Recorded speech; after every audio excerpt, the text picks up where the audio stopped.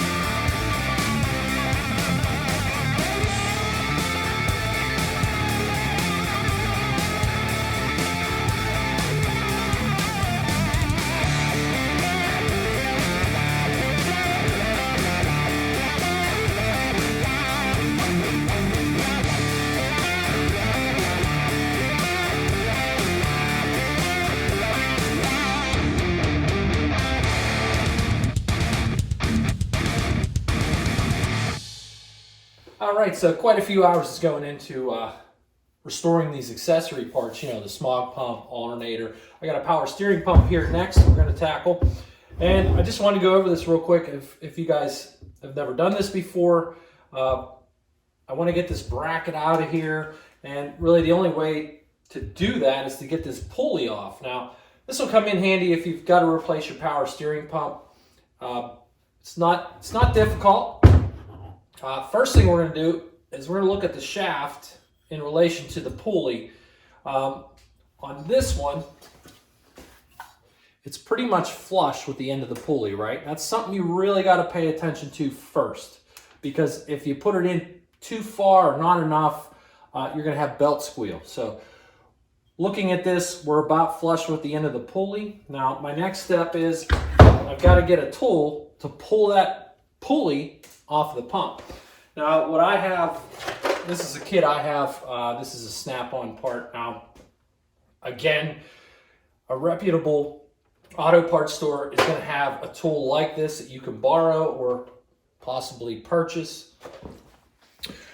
Okay, here's what the kit looks like. In this kit, I have 2 removers and 1 installer. All right, looking at the pump, yeah, you can see that's just about flush with the pulley, maybe just a hair from flush, but we'll deal with that later. Now, if you look, you've got a lip right here on the pulley. That's where we take this tool. It slides right on. Really simple tool. It works great. Tighten this guy down till it stops. Now, all we have to do is hold this part and turn this part. Now, it works out really good if you've got a vise that you can carefully put the pump in. Unfortunately, here at home, I don't have a vise, at least not for this situation, but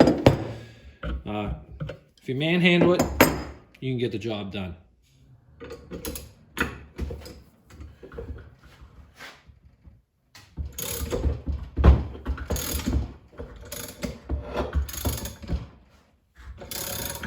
Two hours later.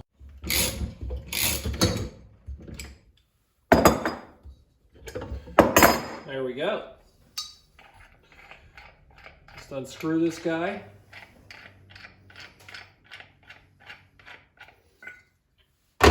Now we can clean this pulley all up, and we can get to the bolts for the bracket that hold it to the pump.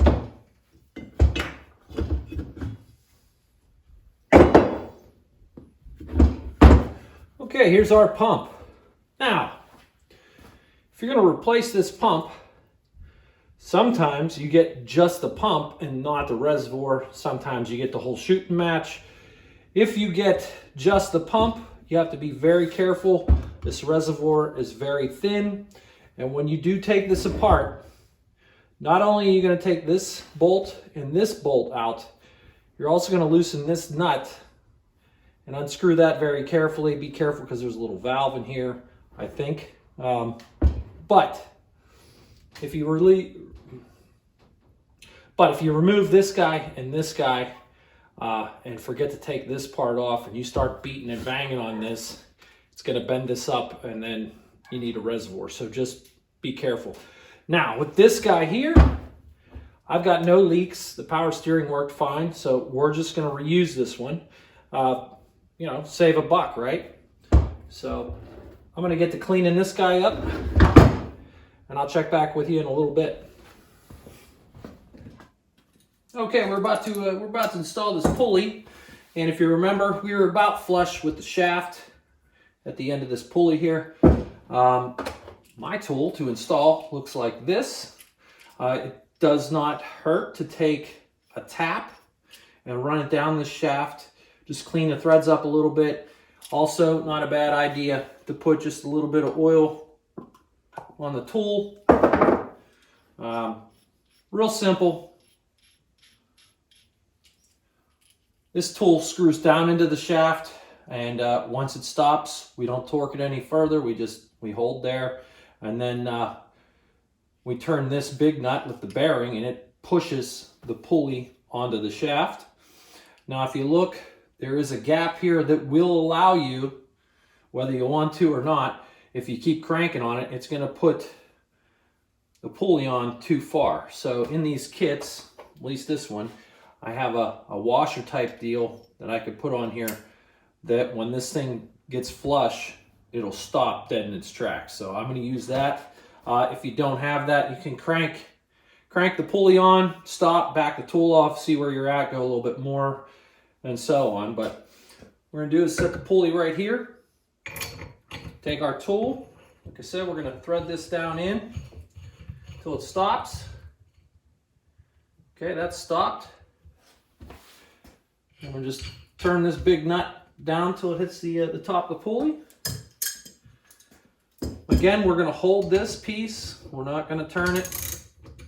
We're just going to hold it, and we're going to turn the big nut and it's just gonna, like I said, push it down onto the shaft. So it's gonna take a little while. It's not too bad though. 2 hours later.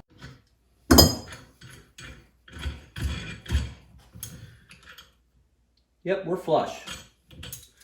I'm gonna remove my tool and we are done. Just like so.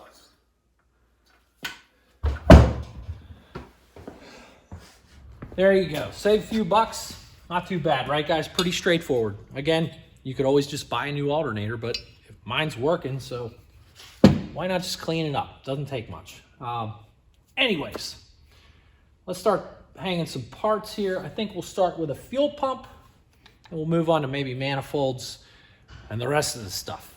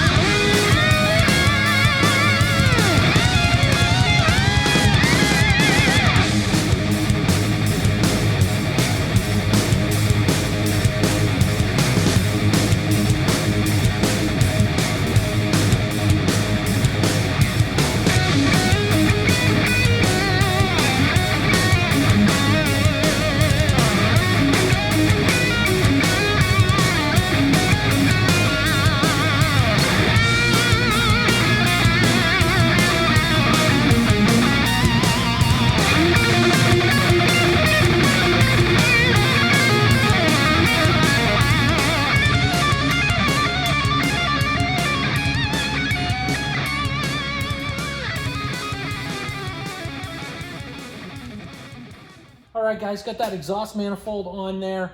Up top here, this is the manifold for the smog pump. So compressed air is blown down this pipe and into these 2 cylinders on this side. The other side, it blows into 4 cylinders. I believe the reason they don't do the 2 center ones is because that's where the EGR is. But anyways, what they have is a valve that goes right here. Now, our valves were shot. This is a one-way check valve. It's just so exhaust gases don't backfeed and come up through here and into the rubber hose. So air is allowed to flow this way, but not that way. Well, this is crap. We were able to find a couple brand new ones. Good old Napa came through. So we'll be putting 2 new valves, one on this side, one on the other side.